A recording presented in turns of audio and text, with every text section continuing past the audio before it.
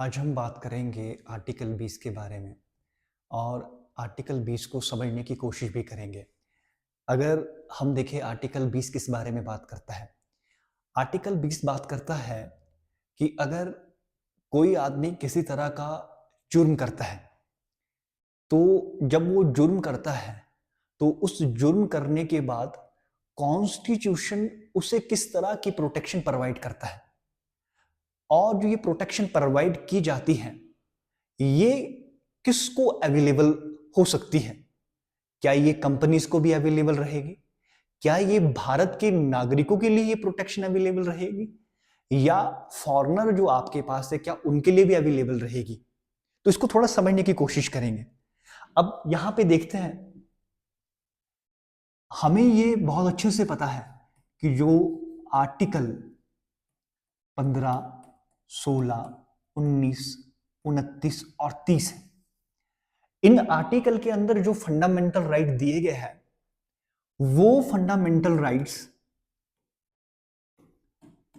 ये सिर्फ अवेलेबल होते हैं इंडियन सिटीजन के लिए, जो भारत के नागरिक हैं। लेकिन इसके अलावा जो फंडामेंटल राइट है वो फॉरेनर के लिए और इंडियन सिटीजन के लिए अवेलेबल रहते हैं। तो हमने यहां पे समझना है कि जो आदमी जुर्म करेगा उसे क्या प्रोटेक्शन दी जाएगी। यहां पर इंडियन सिटीजन भी रहेंगे और साथ में क्या रहेगा आपके पास, इंडियन सिटीजन और उनके साथ कौन रहेगा, फॉरेनर भी रहेंगे और लीगल कंपनीज भी रहेगी। अगर वो किसी तरह का उनसे जुर्म हो जाता है तो उस समय कॉन्स्टिट्यूशन उन्हें किस तरह की प्रोटेक्शन प्रोवाइड करेगा। अगर हमने ये आर्टिकल पढ़ना है तो इसके अंदर हमें 3 प्रोविजन पढ़ने पड़ेंगे। अब जो इसका पहला प्रोविजन है आर्टिकल 20 का, वो है no ex post facto law. जो ये no ex post facto law है, ये क्या कहता है? अगर हम इससे देखें, no ex post facto law कहता है no person shall be convicted for any offence except for violation of law in force at the time of the commission of the act. अब जरा समझते हैं एग्जांपल्स इसको। मान लीजिए एग्जाम्पल के तौर पर 8 जुलाई 2024 मैं ऑनलाइन पढ़ा रहा हूं और मैंने पूरे लगभग 1 महीने लेक्चर दिए। 8 जुलाई, पूरे 9 जुलाई, 10 जुलाई से लेकर मैंने 10 अगस्त तक लगातार या कंटिन्यू लेक्चर दिए, मैंने ऑनलाइन पढ़ा। परंतु उसके बाद क्या हुआ कि 1 महीने के बाद या 1 साल के बाद, एग्जाम्पल के तौर पर हम लेते हैं अगस्त 2025, लेजिस्लेचर एक ऐसा कानून बनाता है, स्टेट का जो लेजिस्लेचर है या स्टेट के द्वारा एक ऐसा कानून बनाया जाता है जिसमें ऑनलाइन जो पढ़ाना है, जो ऑनलाइन जो आपकी टीचिंग है, वो क्या हो जाता है, वो क्रिमिनल ऑफेंस हो जाता है। एक तरह से वो मान लिया जाता है कि जो अगस्त 2025 के बाद ऑनलाइन पढ़ाएगा वो एक तरह का क्रिमिनल एक्ट है, एक तरह का क्रिमिनल एक्टिविटी है। तो अब समझने की बात हम यहां पर यह है कि मैंने कब पढ़ा है, मैंने जुलाई से लेकर अगस्त 2024 तक पढ़ा है, मैंने 1 महीने पढ़ा है। परंतु अब अगस्त 2025 में मैं पढ़ा नहीं रहा हूं। क्या जो ये कानून बना है, क्या ये मुझ पे एप्लीकेबल होगा? जो ये कानून कब बना है, 2025 में। लेकिन जो ये ex post facto, no ex post facto law है, ये कहता है कि अगर आप पढ़ा रहे थे उस समय और उस समय कोई ऐसा कानून नहीं था, तो ये कानून मुझ पे भी क्या नहीं होगा, एप्लीकेबल नहीं होगा। इस सरल भाषा में no ex post facto law कहता है कि ये वाला कानून मुझ पे एप्लीकेबल नहीं होगा। और खास बात यह है कि अगर हम इसका दूसरा क्लॉज देखें, दूसरा क्लॉज क्या कहता है, subjected to penalty greater than that prescribe by the law in force at the time of commission of the act. ये वाला पॉइंट समझने की बात करते हैं। इसी के अंदर क्लॉज 2 को समझते हैं। ये क्या कहता है, हम लोगों ने 2012 में एक निर्भया केस बहुत सुना। ये दिसंबर 2012 की घटना है।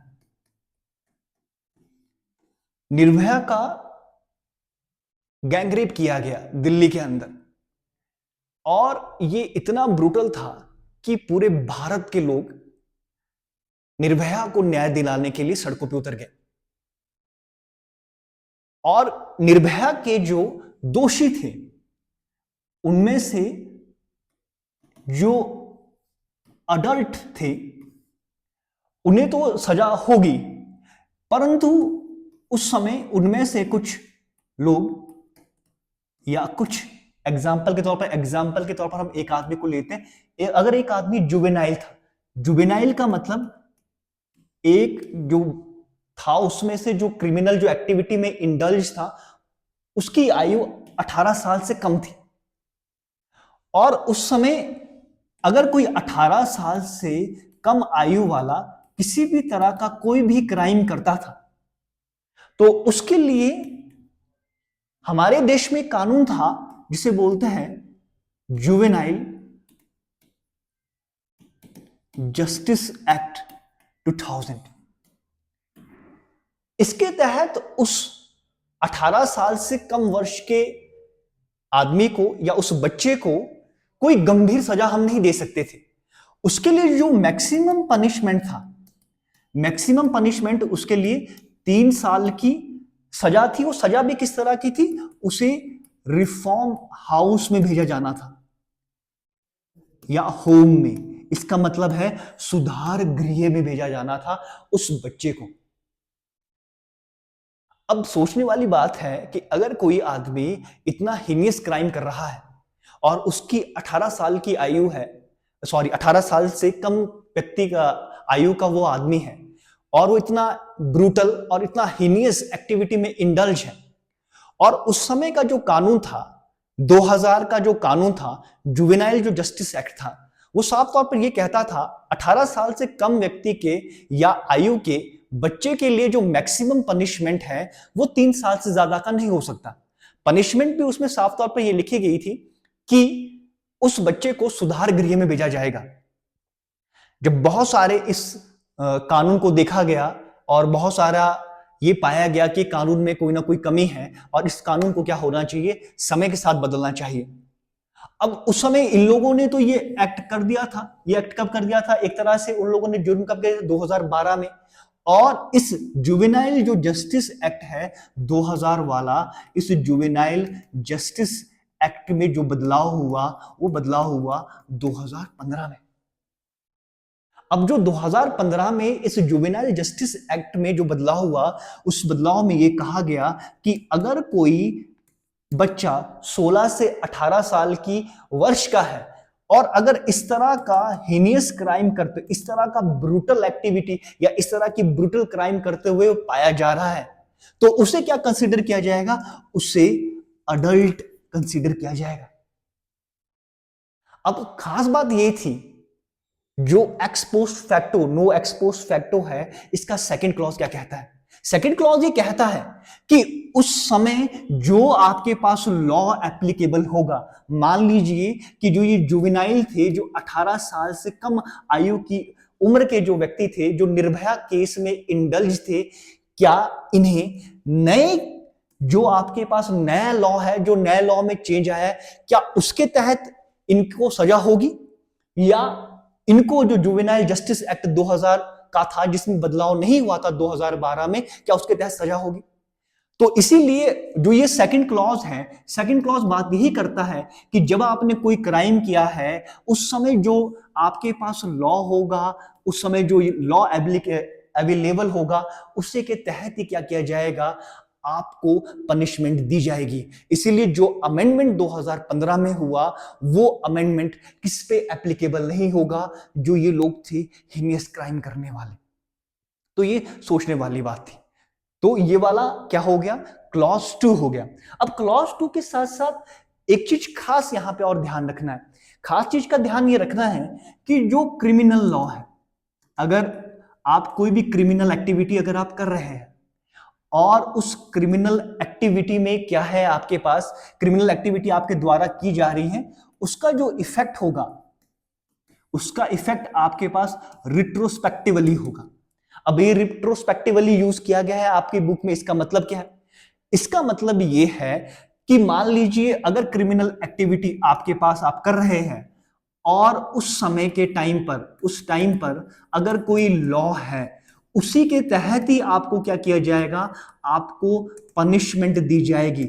अगर इस लॉ में कोई बाद में बदलाव होता है, इस लॉ के अंदर कोई चेंजेस होते हैं, वो चेंजेस उस आदमी के लिए क्या नहीं होगी, अवेलेबल नहीं होगी, क्योंकि उसने जब क्राइम किया उस समय जो कानून था उसी के तहत ही वो क्या किया जाएगा, गवर्न किया जाएगा, या उस पे उसको पनिशमेंट उसी लॉ के अकॉर्डिंग दी जाएगी। ये यहां पर खास बात है। और किस केस में रहेगा? क्रिमिनल केसेस में रहेगा। तो अब जो इसका अगला पॉइंट है, अगला जो प्रोविजन है, कौन सा? आर्टिकल 20 का। उस प्रोविजन को हम देखने की कोशिश करते हैं। अगला प्रोविजन है नो डबल जियोपार्डी। अब इस प्रोविजन को थोड़ा समझेंगे। No person shall be prosecuted and punished for the same offence more than once. अब इसको थोड़ा समझते हैं। मान लीजिए कोई ए आदमी है, अगर वह बी, सी और डी इन तीनों का मर्डर करता है। अब ये इस ए के द्वारा क्या किया गया? तीनों का मर्डर किया गया। अब इन तीनों की ओर से क्या होगा? एक केस फाइल होगा। ये हो सकता है कि ये केसेस आपके पास ये अलग अलग फाइल करें, या आपके पास एक ही केस वो फाइल करें। लेकिन उसने जुर्म कितना किया है? 3 आदमी को मारा है। और अगर इसमें उसको मैक्सिमम जो पनिशमेंट है, अगर उसको हैंग टू दैट डेथ, या आपके पास लाइफ इंप्रिजनमेंट होता है, या मैक्सिमम क्या हो सकता है, उसको 14 साल की सजा वहां पे हो सकती है। यहां पे थोड़ा सा आपने एक चीज का ध्यान रखना है कि जो क्रिमिनल ऑफेंस रहेगा, अब ये एक आदमी को मारे, 2 को मारे या 3 को मारे एक पर्टिकुलर टाइम में, तो उस समय क्या है कि उस समय जो उसको सजा मिलेगी, उसको जो सजा मिलेगी वो एक ही सिंगल उसको क्या दिया जाएगा, उसको सिंगल पनिशमेंट दिया जाएगा। ऐसा नहीं होगा कि उसने 1 मर्डर किया, 2 मर्डर किया, 3 मर्डर किया, इन तीनों मर्डर के लिए उसे अलग अलग सजा का प्रोविजन नहीं होगा। क्रिमिनल एक्टिविटी में अगर आप इस तरह की एक्टिविटी कर रहे हैं और एक टाइम में आप पर्टिकुलर इस तरह की एक्टिविटी कर रहे हैं, तो आपको एक ही सजा मिलेगी, एक से ज्यादा आपको क्या नहीं मिल सकती, पनिशमेंट नहीं मिल सकती। तो ये थोड़ा सा आपने यहां पर ध्यान रखना नो डबल जियोपार्डी में, कि आपको एक क्राइम के लिए, एक क्रिमिनल एक्टिविटी के लिए आपको एक ही सजा होगी, लेकिन एक पर्टिकुलर टाइम में। ऐसा नहीं कि आपने उसके बाद और कर दिया तो उसके लिए आपको सजा के लिए भी वही सजा मिलेगी, एक सजा मिलेगी, ऐसा एप्लीकेबल नहीं है। लेकिन खासतौर पर अगर हम एक और एग्जांपल लेते हैं यहां पर सिविल केस का।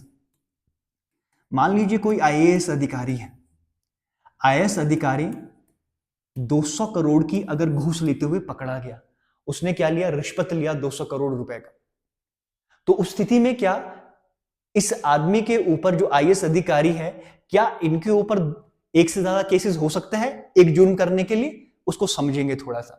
अगर मान लीजिए आईएएस अधिकारी 200 करोड़ की घूस लेता हुआ पाया जाता है, तो और उनके अगेंस्ट में क्या हो जाता है, केस हो जाता है, कोर्ट में अगर केस होगा। लेकिन खास बात यह है कि जो आईएएस अधिकारी है उनका भी अपना डिपार्टमेंट है।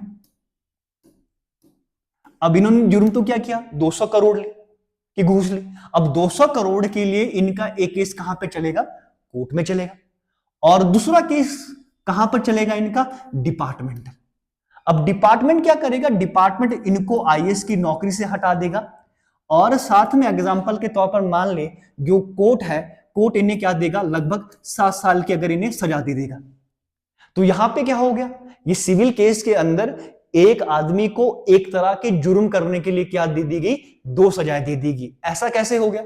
ऐसा इसलिए है कि जो नो डबल जियोपार्डी है, जो ये नो डबल जियोपार्डी है, यहां पर साफ तौर पर ये लिखा गया है, ये वर्क कैसे करती है, ये वर्क या बाइंडिंग किसके ऊपर रहती है, इसकी नो डबल जियोपार्डी की बाइंडिंग रहती है सेकंड क्लॉज में जुडिशरी पे।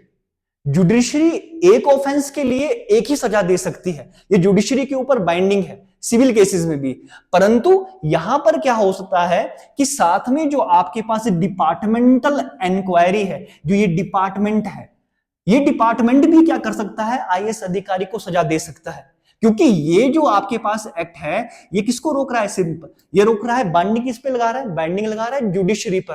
परंतु ये जो डिपार्टमेंट है उस डिपार्टमेंट को तो ये रोक नहीं रहा। तो यहां पर क्या होगा, आपको अगर कोई ऐसा अधिकारी है तो उस पे क्या होगी, उस पे दो तरह की सजा होगी।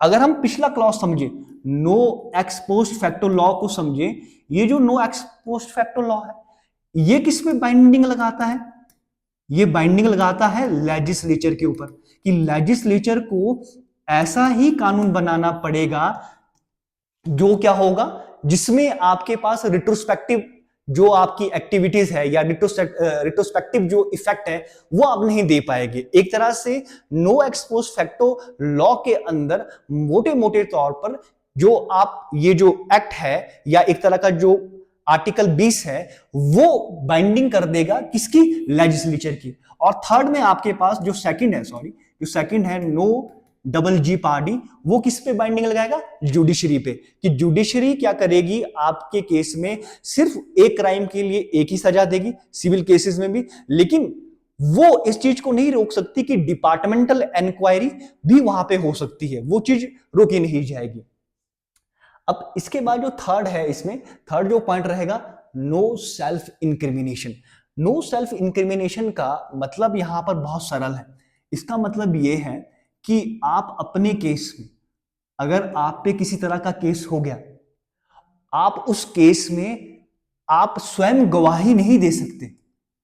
अगर मान लीजिए कि किसी एक आदमी ने कोई क्राइम कर लिया, कोई क्राइम कमिट कर लिया, अब जरूरी नहीं, अभी ये कंफर्म नहीं है कि इस आदमी ने क्राइम कन्विक्ट किया है कि नहीं किया, या सच में किया है या ये ऐसे ही बोले जा रहा है। तो मान लीजिए अगर ये करता है और इसकी गवाही अगर ये पुलिस के सामने किसी भी तरह का स्टेटमेंट देता है, अगर ये पुलिस के सामने किसी भी तरह का स्टेटमेंट उस समय देगा, वो स्टेटमेंट आपके पास नॉट वैलिड, वो स्टेटमेंट वैलिड नहीं रहेगी। और खास बात है कि जब भी ये स्टेटमेंट देगा ये आदमी, अगर जुडिशरी के सामने जाएगा, कोर्ट के सामने जाएगा, तो जुडिशरी इसकी स्टेटमेंट को देखने के साथ साथ साथ में एविडेंस पे भी जाएगी। कहीं ऐसा तो नहीं है कि जो ये आदमी अपने खिलाफ ही गवाही दे रहा है कि क्राइम मैंने किया है, कोई इस पे कोई फोर्सफुली प्रेशर तो नहीं बनाया जा रहा, कोई बैक से कोई ऐसा काम तो नहीं किया जा रहा जो इसे इस तरह की गवाही देनी पड़ रही है। तो आप अपने केस में स्वयं गवाह नहीं हो सकते। ये क्या कह रहा है आपके पास, नो सेल्फ इंक्रिमिनेशन, जो आर्टिकल 20 का प्रोविजन 3 है ये बात कर रहा है। लेकिन यहां पे खास बात ये है, इसके अंदर एक और चीज है, इसके अंदर ये है कि अगर आपसे ब्लड सैंपल मांग ली जाए, आपसे फिंगरप्रिंट मांग ली जाए, वो आपको क्या करने पड़ेंगे, वो आपको देने पड़ेंगे, क्योंकि हो सकता है उससे कोई क्लू निकले। परंतु अगर आपका कोई इस तरह का टेस्ट है, पॉलीग्राफ आपका करवाया जा रहा है या आपका नार्को करवाया जा रहा है, जहां आपकी बॉडी के अंदर किसी तरह का सर्टेन केमिकल इंडल्ज किया जाएगा या डाला जाएगा और उसके बाद आपसे सवाल पूछे जाएंगे, ये वाली चीजें तभी हो सकती हैं जब परमिशन कहां से ली जाएगी, हाई कोर्ट से परमिशन ली जाएगी। उस परमिशन के बाद ही क्या कर सकता है, ये सारे टेस्ट करवाए जा सकते हैं, वहां पे आपसे फिर पूछा जा सकता है। क्योंकि जुडिशरी इस चीज को अलाउ नहीं करती है, वो कहती है कि जो ये जो सर्टेन मेथड है, जैसे नार्को करना या पॉलीग्राफ करना, ये 100% साइंटिफिकली प्रूवन नहीं है। हो सकता है कि यहां पर आप कुछ ऐसी चीजें भी बोल दे जो आपकी पर्सनल लाइफ से रिलेटेड है, और आपको पता है कि जो आर्टिकल 21 है वो आपके पास पर्सनल लाइफ के बारे में भी बात करता है। तो थोड़ा सा आप इस चीज को ध्यान में रख लीजिएगा कि नो सेल्फ इंक्रिमिनेशन में होगा क्या कि आप अपने खिलाफ गवाही नहीं दे पाएंगे, और अगर आपने गवाही भी देनी है तो उसमें भी जुडिशरी क्या करेगा, एविडेंस को चेक करेगा। एविडेंस के चेक होने के बाद ही जुडिशरी कोई स्टेटमेंट लेगी।